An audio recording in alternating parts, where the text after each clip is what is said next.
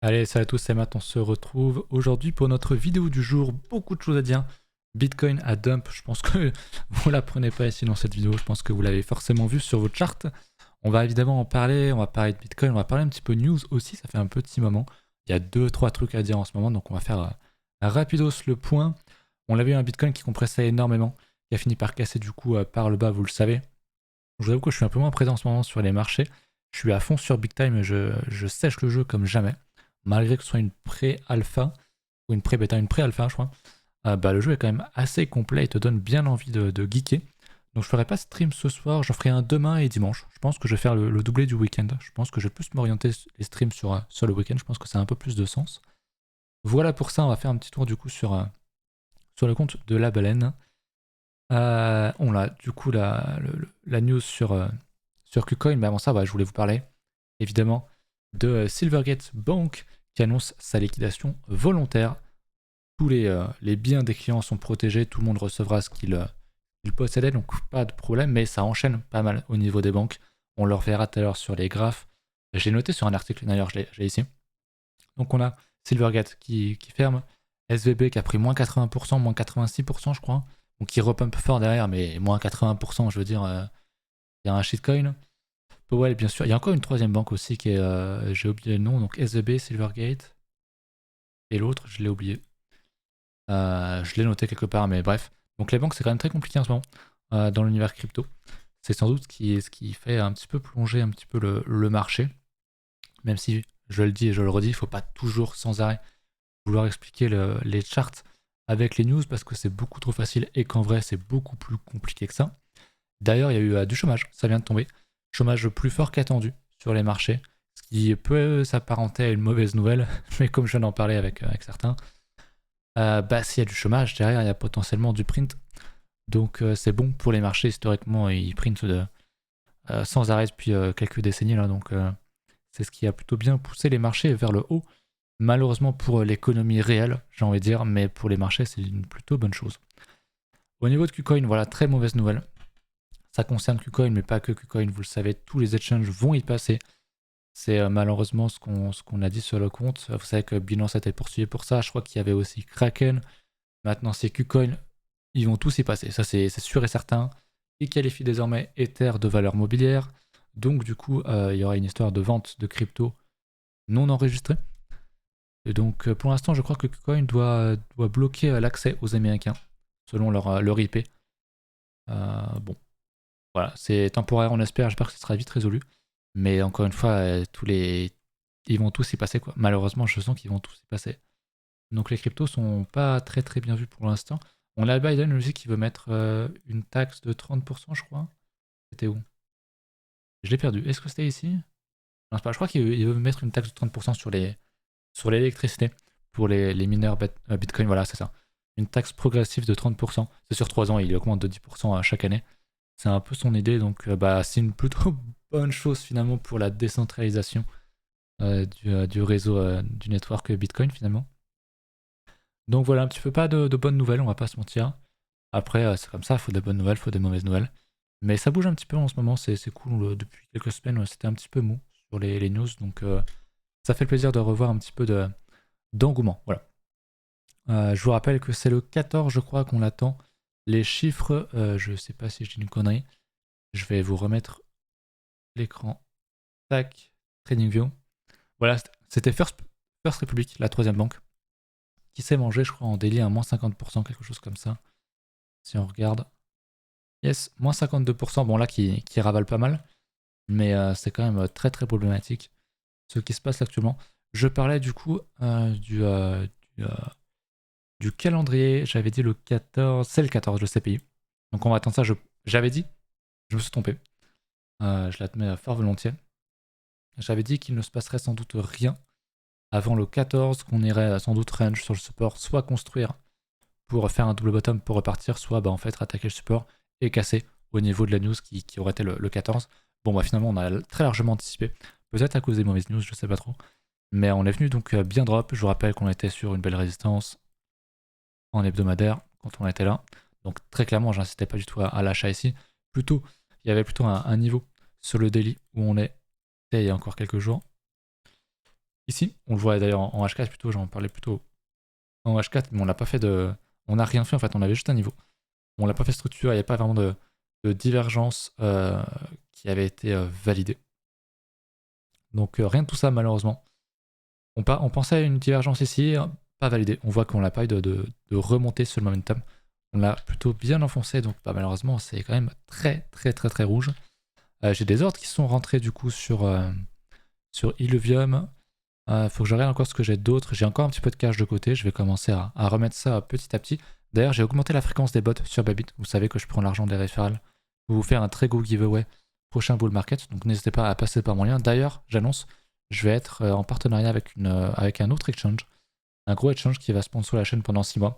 Donc ça va me permettre déjà de renforcer un petit peu la blend, de peut-être relancer encore une fois la chaîne YouTube en payant quelqu'un, en ayant un compte Twitter plus pro, avec plus de contenu, etc. Donc je vais vraiment essayer de remettre l'argent un petit peu dans ma chaîne perso, mais aussi pour la blend. Ce qui est très difficile à agencer, comme j'ai un petit compte, je vais pas gagner 10 000 € par mois malheureusement. Donc bref, on s'en fout. On parlait de Bitcoin, et pour l'instant ça pue. En daily, je suis en daily.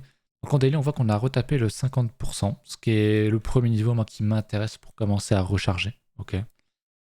Concrètement, on est sur un TD9. On est sur un TD9, intéressant, mais c'est un signal qui est très agressif. Je vous le rappelle, il avait plutôt bien marché ici. Là, on s'était arrêté à 8. Là, on avait un 8 au top, mais pas forcément grand-chose. Et avant, on n'en avait pas eu depuis un petit moment. Donc c'est très agressif. C'est soit ça passe, soit ça casse. Ce truc-là, c'est soit tu as vraiment l'exact bottom, soit pas du tout. Mais généralement, j'aime bien avoir une diff pour confirmer ça, ou alors simplement un signal avec les bougies. Donc typiquement, on close comme ça ou un peu plus haut, et puis la bougie d'après, on la clôture un petit peu plus haut, ce qui fait qu'on confirme la bougie précédente, et du coup, ça nous donne un signal. Mais dans ce cas-là, ça risquerait de nous donner un signal beaucoup trop haut, donc difficile à gérer. Mais voilà, on est sur le 50%, c'est pas trop mal, je pense qu'on peut aller toujours plus bas. Les 61.8, je pense pas qu'on vienne casser ce creux-là, comme j'ai déjà dit. Après, j'ai pas omis l'hypothèse non plus. Si je repasse en hebdo, souvenez-vous de cette histoire de bottom, de cycle de bottom. Moi, je pense qu'on va faire un truc comme ça pour ensuite range, retaper, range et repartir pour le halving en gros. Mais on pourrait très bien, pourquoi pas, faire un énorme Black Swan, faire un plus bas, réintégrer, ranger, repartir comme ça, tu vois. À mon sens, c'est quelque chose qui est largement possible. Ça resterait une grosse structure de bottom avec une grosse déviation en bas, mais on n'y est pas. Encore une fois, on a une double divergence sur le squeeze momentum en hebdomadaire. C'est la première fois qu'on fait ça sur BTC. Donc moi, je serais plutôt enclin à rechercher plutôt des gros achats et à renforcer mes assets crypto dans ce gros entre guillemets Black Swan sur ce dump. On est sur 50%, on reteste l'ancien ATH de 2017, qui est un niveau non négligeable quand même. Donc voilà, maintenant, qu'est-ce qu'on veut? On veut un signal, quelque chose. En daily, on n'a rien pour l'instant. Bien sûr, on vient d'arriver sur ce niveau-là. Mais si on était amené à faire une petite structure comme ça serait super. Sur le 61.8, qui est mon niveau favori, ce serait vraiment bien. Ou sur le 50% aussi, hein, pourquoi pas, on a quand même bien. On a dû mettre quand même pas mal de têtes sous l'eau. Donc malheureusement, il faut passer par ces choses-là. Au niveau du DCA sur Bybit, on est encore dans le vert, vu qu'on avait payé les niveaux globalement là-dedans. Mais j'ai réaugmenté un petit peu l'achat d'un tiers. Il y avait 2 USDT qui passaient sur 20 alt par semaine. Je l'ai passé à 3, je viens de le passer à 3. Si vraiment on retombe encore plus bas, je vais recommencer à refaire des achats daily. Si on repasse sous le 61.8, je repasse sur des niveaux daily où j'achète 1 par jour, donc en gros 7 par semaine de chaque crypto. Voilà, donc j'ai encore un petit peu de stock. Là, il y avait un petit peu d'argent avec les référals, donc c'est très bien. On consolide. On renforce ces bagues petit à petit. On est encore, à mon avis, qu'à la moitié de la structure. Hein, si on regarde le halving, même si encore une fois, je parle beaucoup du halving, mais j'ai déjà dit, mais il y a un monde où on fera pas la TH avec le halving, où ça ne drivera plus à un moment donné les cycles de hausse, comme s'ils sont de moins en moins forts, les cycles, théorie des cycles, et en plus de ça, que le halving est de moins en moins un effet de moins en moins puissant, forcément, voilà ce que ça peut provoquer. Et plus le temps va passer, plus les halvings seront anecdotiques, malheureusement pour le graphique.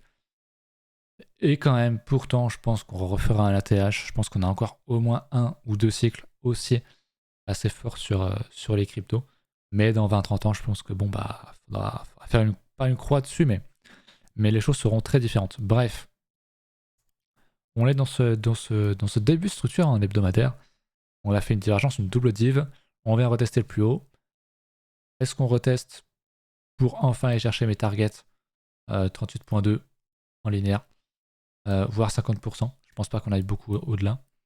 Donc vous savez, pendant les fameux mois intéressants, mars, avril, mai, je sais que comme ça, tu as du mal à être haussier, mais finalement, on ne fait que retester un ancien niveau, les 50%. Mais voilà, je sais plus où est-ce que je voulais en arriver, mais je pense que vous m'avez compris. Donc pour l'instant, stand-by. Moi, je renforce un petit peu mes DCA sur les alts, mais ça reste tranquille et j'ai encore une grosse capacité à renforcer mon DCA. Si vraiment on va plus bas, et ben, je renforcerai encore un peu tous les jours les achats. Long terme, tout simplement, je précise évidemment que c'est du long terme. Voilà pour notre ami BTC. On va peut-être regarder quand même au niveau de ça. J'ai pas préchargé la page, malheureusement. J'ai un petit peu oublié. Oups. Yes, il va vouloir me log. Alors je vais juste vous mettre sur un autre écran. Parce que je crois que c'est avec mon adresse mail perso. Je suis pas sûr. Je vous fais ça. Mais en gros, voilà, dites-moi un petit peu, pendant que je charge ça, un petit peu ce que vous pensez du marché. Est-ce que vous pensez qu'on a vraiment... On a fait un top et qu'on va aller faire un plus bas, donc sous les... je sais même plus c'est quoi le bottom, 15K, quelque chose comme ça, je crois. Je sais même plus, 14K, je crois. Ou est-ce que bah, c'est juste un retracement et qu'on va aller effectivement beaucoup plus haut par la suite. Je vous remets sur la chart, 2 secondes. Hop là. Voilà. Première chose que je vois et qui saute aux yeux pour moi, c'est évidemment le funding qui est quand même bien négatif. On va quand même essayer de le comparer avec ce qu'on a vu précédemment. Après, c'est en 15 minutes, donc tranquille. Mais on a quand même beaucoup de gens qui bah, sont prêts à payer cher pour entrer en position short, ce qui n'est pas bon signe en général. Je pense qu'on commence à avoir un petit peu de FOMO à la vente. Après, en daily, bon, bah voilà, comment dire, le funding négatif qu'on a actuellement n'a rien à voir avec ce qu'on avait eu ici. On est totalement d'accord là-dessus. En H4, cependant, on se souvient qu'on avait un petit peu de négatif là-dedans. C'était en H1, je sais même plus. C'était là, au bottom. On commence à faire des niveaux plus bas, ce qui est intéressant, ce qui pourrait aider à poser un bottom ici. Après, je vois pas trop de mouvement sur l'open interest, malheureusement. On a forcément liquidé ici. Logique. Ça n'aurait pas été le cas, ça aurait été très intéressant si on avait des grosses bougies vertes sur l'open interest ici. Ça voudrait dire qu'il y aurait plus de monde qui entre en position plutôt qui est sorti ou qui en sort volontairement. Ce qui pourrait dire, en plus, comme on a un funding négatif, que c'est un FOMO à la vente. C'est pas le cas. Après, peut-être qu'il y a un FOMO à la vente, mais en tout cas, on peut pas le voir avec l'open interest ici. Voilà, pas grand chose d'autre à dire. C'est que ça a l'air de quand même plutôt bien vendre. Ok, pas grand chose d'autre à dire de mon côté. On prend les plus bas, du coup, de ces niveaux-là. À voir comment est-ce qu'on réagit, si on va les réintégrer assez vite ou pas. Qui pourrait être bien. Vous savez, le fameux scénario de la déviation que j'avais potentiellement ciblé, même si c'était plus avec ce niveau-là. Pour l'instant, pour moi, c'est stand-by. On se concentre sur nos bagues, on refait les comptes, Normalement, vous êtes censé avoir du cash de côté, hein, ça c'est quand même pas faute de l'avoir dit. Moi, j'en ai pas assez, en vrai, j'en ai jamais assez.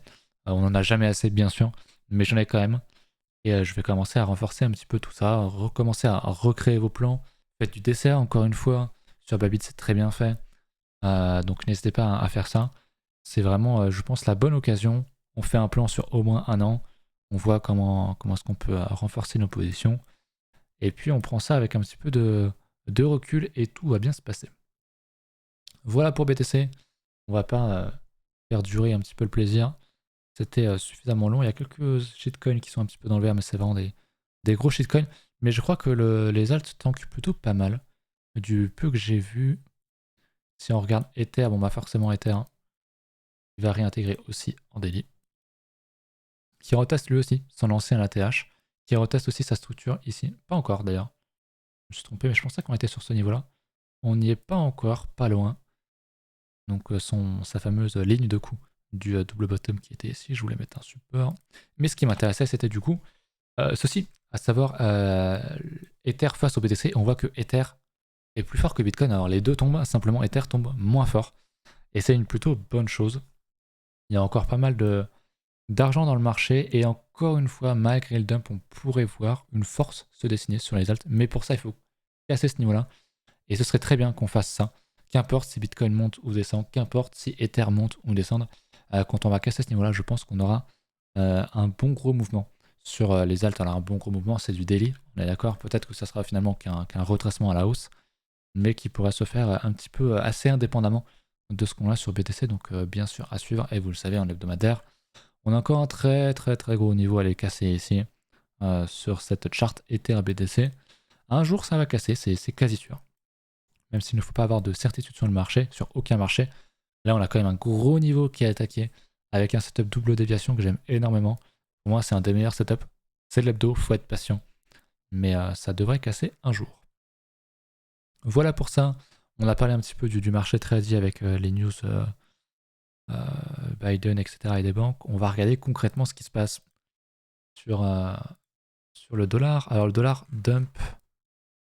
Ah, c'est bien aujourd'hui, c'est bien aujourd'hui. Le dollar dump, mais malheureusement, Bitcoin dump aussi. C'est la deuxième fois qu'on nous fait ça, qu'on nous fait le coup là. Donc il y a des mauvaises news sur la crypto, donc ça dump. Mais aussi que le dollar dump, alors qu'on devrait pump du coup sur le BTC. On n'a vraiment pas trop de chance là-dessus, mais c'est comme ça. On joue un petit peu de malchance. Mais encore une fois, tout n'est pas toujours lié à 100%, c'est pas possible. Mais quand il y a des corrélations, malheureusement, c'est pas c'est pas notre avantage, malheureusement. C'est la deuxième fois en 2-3 mois. C'est un peu chiant.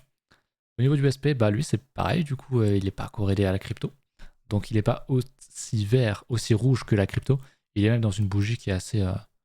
qui est verte, il pourrait close en doji, il faudrait voir comment est-ce qu'il close ça en daily. Mais l'air de plutôt bien repartir. Là c'était la news sur le chômage, je crois. Peut-être pour ça qu'il y a eu pas mal de mouvements. Donc voilà ce que je disais tout à l'heure, hein, quand le chômage est pu, bah, c'est plutôt une bonne chose pour les marchés, potentiellement. Donc bon, on attend concrètement de voir le SP casser ces niveaux des 4200 points, ou alors d'aller casser les 3800. Mais pour l'instant, il range, hein, concrètement. Si on regarde les niveaux où on est depuis novembre, bah, on laisse sur les mêmes niveaux, quoi. Donc pour l'instant, rien. On laisse le marché maturer un petit peu, et puis on reviendra un petit peu plus tard. Mais pour l'instant, effectivement, c'est pas ultra beau non plus. Le dollar qui nous pose le gold, donc l'or qui nous pose un double bottom sur son graphique actuellement, même s'il n'est pas encore validé, c'est intéressant. Forcément, les entreprises crypto se font déchirer. Coinbase qui casse un beau niveau, un beau support. Riot aussi. Et la dernière, c'était MicroStrategy. Hop, je vais juste la remonter. Pareil, qui avait même déjà plutôt bien anticipé. Mais au final, pareil, dans un range depuis mai 2022. C'est à la fois, c'est très volatile, mais à la fois, il se passe rien. Et c'est ça qui est dur de prendre du recul, de mettre les charts en hebdo, en mensuel et de constater qu'il ne se passe rien. Concrètement, tu mets en mensuel, bah, passe rien quoi depuis de nombreux mois malheureusement. Voilà pour ça. Est-ce qu'on va regarder autre chose? Est-ce que j'ai noté un autre truc de mon côté? Pas trop. Je vais pas vous mentir, j'ai pas noté d'autres trucs. Donc on va regarder un petit peu au niveau de la liquidité. J'ai même pas préparé le graphe non plus. Donc il a pas chargé. Si, je sais ce que je voulais regarder pendant que ça charge. Je vais refresh. Non, c'est bon. On est tout bon. On est quand même revenu rechercher des niveaux beaucoup plus bas. On a encore de gros niveaux, encore une fois, à 14K. Alors je dois juste être sûr du bottom. Le bottom, c'est 15K, donc les niveaux sont bien en dessous du coup. On peut aller chercher ça et faire une giga déviation derrière. Ou pas, hein. Mais intéressant. Mais on voit que là, bah, il n'y a aucun niveau, pour l'instant en tout cas, qui sont juste au-dessus. Il y a plus de liquidité en bas, même s'il y en a encore énormément au-dessus des 25K et en cumulé jusqu'à 30-35. C'est intéressant. On voit qu'on est un petit peu revenu un petit peu au centre des choses. Il y a beaucoup de liquidité à gauche, mais il y en a aussi beaucoup à droite, surtout en cumulé. Mais à gauche, ce serait pas con, pourquoi pas de revenir à 16K, prendre ça, et puis avoir ensuite beaucoup de liquidités qui se créeraient, parce que tu aurais forcément beaucoup de gens qui... Plus on va tomber, plus il y a des gens qui vont short, donc plus il y aura des niveaux ici aussi, bien sûr. Ce qui m'intéressait, c'était, ce que je n'avais pas encore regardé, comme je n'ai pas préparé mes charts, voilà, le Fear and Greed Index qui commence à repasser quand même pas mal vert, vous le voyez pas, il faut que je descende. Attendez, je vais vous changer de page, comme ça, ce sera un petit peu plus quali pour vous. On est à 34, donc on repasse dans la peur, pas l'extrême peur non plus, mais on était à 50, 55, même 60 il n'y a pas si longtemps, et boum, 34. Donc c'est une bonne chose, ça serait même bien qu'on vienne, pourquoi pas, si je repasse sur mon daily, qu'on vienne pourquoi pas revenir remonter, refaire un plus bas et chercher le 61.8 ou un peu plus bas, ranger et voir des gens shorter en masse ici, être en extrême fier, et puis en fait les gens ont peur sur un bottom, et hop, on repart en structure, et on aura droit à un gros mouvement derrière. C'est quelque chose de pas impossible du tout. Voilà pour ça, sinon bon bah vous l'avez vu, on a quand même un peu de rouge aujourd'hui sur le marché crypto, j'aurais peut-être dû commencer par ça. Il y a juste Atom qui est un peu le soldat inconnu là, qui nous fait un 3% aujourd'hui, qui n'est pas trop compréhensible. Et là on commence à avoir quelque chose d'assez bear, même sur l'année, il y a beaucoup d'alts qui sont quand même déchirés, assez étonnamment. En mensuel c'est pareil, donc on commence à être à nouveau bien rouge, on commence à avoir des relents de bear market. C'est intéressant. On commence à reposer pas mal de peur. Je vais regarder quand même par curiosité le Atom, je vous remets le graphe, sinon il y en a qui vont piquer une crise encore dans les commentaires. Le Atom. Atom. J'aimerais bien l'avoir sur une charte un peu plus longue. Yep. Bon, il est toujours dans sa structure, hein. Globalement, il a une grosse résistance au-dessus. D'ailleurs, je vais peut-être la redessiner. Aujourd'hui, il est vert de pas grand-chose non plus. Il a quand même bien dump aussi aujourd'hui. Il reteste son niveau. Il est sur un niveau de retest. Donc très clairement, j'irai pas short ce niveau-là. C'est plutôt des niveaux où on est intéressé pour choper un achat si on a structure, une divergence ou quelconque signal, hein, selon ce que vous avez. Mais c'est une zone où on va pas short. Surtout qu'on y arrive pour la première fois. À la limite, on serait sur ce niveau-là. On reviendrait ici, tu te dirais, ok, bon, il y a peut-être un short à aller choper sur un mini retracement ici. Mais là, il n'y a rien de tout ça. C'est la première fois qu'on reteste un niveau. Et moins on reteste de fois un niveau, plus il est fort en fait. Ce que je vous dis, hein, plus on reteste un niveau, plus il se fragilise, contrairement à la croyance commune. Donc là, on voit qu'on a un beau niveau. Je vais dégager un petit peu tout ça, parce qu'on voit que dalle. Je vais même, parce que je voulais supprimer, yes. On a un beau niveau, je vais le mettre comme ça. Là, il y a 3 touchettes là-dedans. Bon, bah, il a attaqué. On rejette certes, mais la prochaine fois qu'on y retourne, il y a quand même pas mal de chances qu'on casse. Alors que là, on revient, on reteste sur ce niveau-là. C'est la première fois qu'on reteste ce niveau-là, donc c'est intéressant. Ok, c'est ces supports-là qu'il faut payer. Si on revient ici, ça c'est plus un niveau à payer. Ça c'est trop tard. Ok, c'est ce que je veux expliquer. Je pense que vous avez compris. Voilà pour ça. J'aurai un petit peu le temps. On est à 22 minutes, c'est déjà pas trop mal en vrai. Je réfléchis, mais je crois que j'ai pas d'autres alts à divulguer. Malheureusement, il n'y a pas beaucoup de setups qui sont super intéressants. À part qu'on reteste, du coup, on doit retester quand même pas mal de gros niveaux. Je vous avoue, j'ai pas regardé, je vous l'ai dit, j'étais à fond sur Big Time. Alors du coup, bah voilà, DGDX réintègre, malheureusement. Malgré le très beau setup, bon bah quand Bitcoin décide de dump, il embarque 99% des alts avec, malheureusement. Ça a été le cas pour DYDX. Donc là, j'espère vraiment pas. Donc on a fait une déviation ici, hein. Concrètement, c'est quand même pas bon du tout. Okay, on passe d'un giga setup à un truc vraiment pas bon. Donc il faut faire vraiment attention. Ça serait vraiment bien qu'on refasse ça derrière, qu'on revienne rechercher un niveau assez rapidement. Et quand on fait une réintégration comme ça, une déviation, l'objectif c'est minimum 50% du range, qui est là où je traçais le trait, assez vulgairement. Et pourquoi pas même carrément le bas. Et un autre très bon setup, un excellent setup, mais qui nous mettrait tous vraiment, vraiment dans le sang, qui serait encore un meilleur setup que ce qu'on avait quand on était ici. Ce serait du coup déviation en haut, déviation en bas. Ok, donc il faut quand même réintégrer. Et là, tu as le setup le plus parfait possible et imaginable de range, de consolidation et surtout d'accumulation. Il faudrait aussi toujours encore du volume. Et ce serait super. Mais du coup, ça nous mettrait dans le jus encore jusqu'à cet été, quoi. C'est possible. Faut pas l'oublier. Et quand je vois ça, bah, ça commence à être de plus en plus possible, malheureusement. Autre point qui était pas bon, c'était notre dodo. Ok. Pareil, très beau setup, très beau volume à la cassure, un très beau niveau. Sauf que bah on réintègre violemment. Donc soit on a un bottom sur BTC, il repart pour la saisonnalité, donc mars, avril, mai, juin. Et donc on va tout redéglinguer à la hausse et c'est super. Soit on va pas avoir de saisonnalité, on va pas refaire comme le dernier cycle où on avait retracé 61.8 et on va juste range sur BTC et donc encore un peu dump et du coup bah redump ici et ce serait vraiment pas bon. Ok, enfin pas bon. On irait encore beaucoup plus bas parce que si on reteste les plus bas, il y a encore un moins 40% à prendre sur le dodo. C'est très volatile. Et comme je le disais tout à l'heure, je crois que c'était un graphiste. C'était à qui Non, c'était sur le Discord.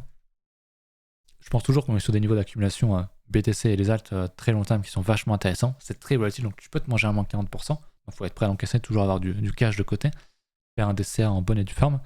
Mais pour autant, si tu prends un moins 40% ici, bah, tu feras un 500%, donc un x6. Donc ça, le R reste intéressant en fait. J'ai un x6, ça peut même être au-delà. Vous connaissez les cryptos tout aussi bien que moi. Voilà pour ça, je pense que c'est à peu près tout. C'est pas très beau, vous l'aurez compris à la miniature et à ce qu'on a vu aujourd'hui. C'est-à-dire qu'en 2 semaines, on a vraiment un peu annulé tous les setups. Malheureusement, ça arrive. C'est un peu le pire qui pouvait nous arriver, c'est de fake out les setups, les structures. C'est moche, ça arrive, mais du coup, ça veut dire que potentiellement, on n'aura plus les structures en hebdo, mais plutôt en mensuel. Et qui sait, peut-être qu'on verra un double bottom mensuel arriver comme ceci. Peut-être. Ou peut-être pas, on peut aussi casser et tomber à zéro. Ça, on sait jamais. Même si j'y crois pas, je pense que vous non plus. Faut quand même le garder en tête. Bref, je vous laisse là-dessus. Merci pour ceux qui auront regardé jusqu'au bout. Mettez un petit pouce bleu, vous connaissez, ça fait plaisir. Et puis écoutez, on se retrouve, on est vendredi, on se retrouve dimanche pour la prochaine vidéo. Je pense que non, je pourrais pas encore annoncer le sponsor. Ça sera que semaine prochaine, je pense. Et du coup, stream demain. Stream demain soir, venez sur Twitch. Tout est en description, pardon. Et on va retourner un petit peu sur plus de l'analyse. On va parler un petit peu plus crypto. Parce que c'est vrai que les 2-3 derniers streams, j'étais quand même bien orienté sur la GameFi. On avait beaucoup traité ce sujet-là. J'avais beaucoup joué aussi à Big Time. J'y rejouerai, mais je pense 1 heure, genre de minuit à 1h du mat, quand on sera plus que 5. Mais le reste, on parlera crypto. Donc n'hésitez pas à venir. Voilà, je vous laisse là-dessus encore une fois. À la prochaine. Salut.